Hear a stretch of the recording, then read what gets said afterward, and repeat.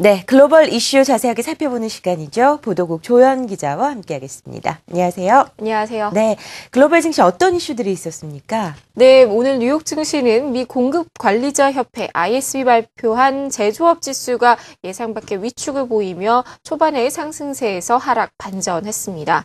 드디어 초대형 허리케인 샌디의 여파를 담은 경기 지표들이 시장을 흔드는 모습인데요.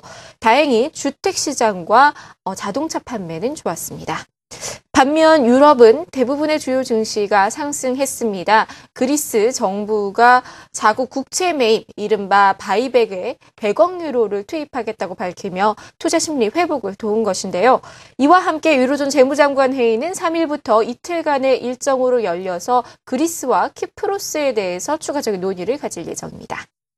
한편 재정 절벽을 두고서 미국 의회에서는 정치인들의 밀고 당기기 공방이 이어지고 있습니다. 드디어 공화당이 협상의 줄을 당기는 모습을 보이고 있는데요. 공화당 하원 의원들은 지난주 오바마 대통령이 제안한 세수 증액분의 절반 수준인 8천억 달러를 백악관에 제시했습니다.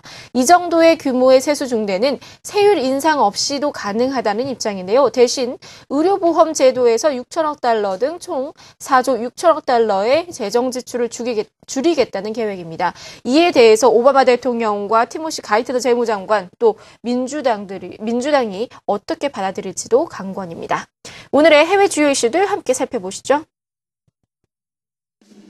먼저 호재성 재료입니다.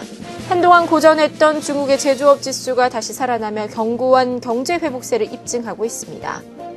그리스가 유럽중앙은행 등으로부터 100억 유로를 지원받아 국채 환매에 나섭니다.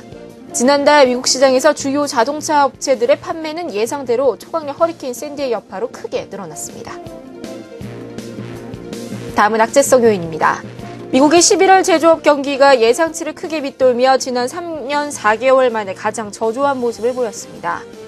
짐 오닐 골드만삭스 자산운용 회장이 재정절벽 우려로 인해 투자자들이 미국을 떠나 유럽 시장으로 눈길을 돌리고 있다고 지적했습니다. 유로존 제조업 경기가 소폭 개선됐지만 16개월 연속 기준선 50을 밑돌며 위축세에서 벗어나지 못하고 있습니다.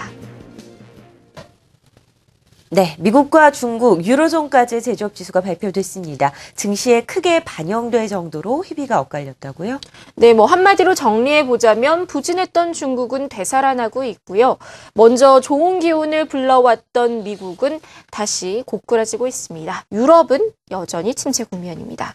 먼저 미국부터 보겠습니다. 3일 공급관리자협회가 발표한 11월 미 제조업 구매자 관리지수는 49.5로 전달의 51.7은 물론 시장의 예상치였던 51.3을 크게 하회했습니다.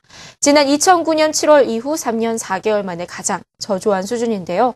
아무리 초대형 허리케인 샌디의 여파를 감안하더라도 기준선 50을 밑돌며 위축세를 보인 것은 시장이 예상치 못했던 바였습니다. 세부 항목을 보아도 신규 주문지수가 전월에 54.2에서 50.3으로 크게 둔환된 가운데 고용지수가 52.1에서 48.4로 하락 반전하며 무려 2009년 9월 이후 처음으로 기준선 아래로 떨어졌습니다. ISM은 하반기 수요 부진이 지속되고 있고 여기에다가 재정절벽 현실화에 대한 기업들의 우려가 늘고 있다고 분석했습니다. 이에 또 한편에서는 유로존 제조업 구매 관리자 지수가 전달에 45.4에서 소폭 개선된 46.1을 기록했는데요. 하지만 여전히 16개월째 50선을 밑돌고 있습니다. 유로존의 최대 경제국인 독일도 46.8로 9개월째 위축세를 이어갔는데요.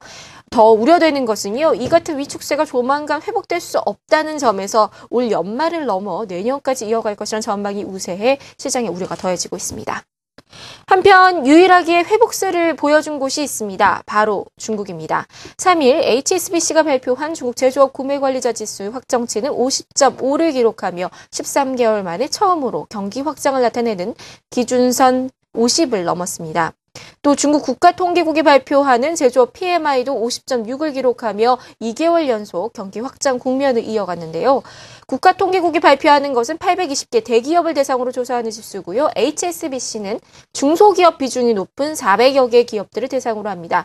이에 전문가들은 대기업부터 중소기업에 이르기까지 중국의 회복세가 만연하다고 분석하고 있습니다. 지금까지 글로벌 경제 주요 이슈였습니다.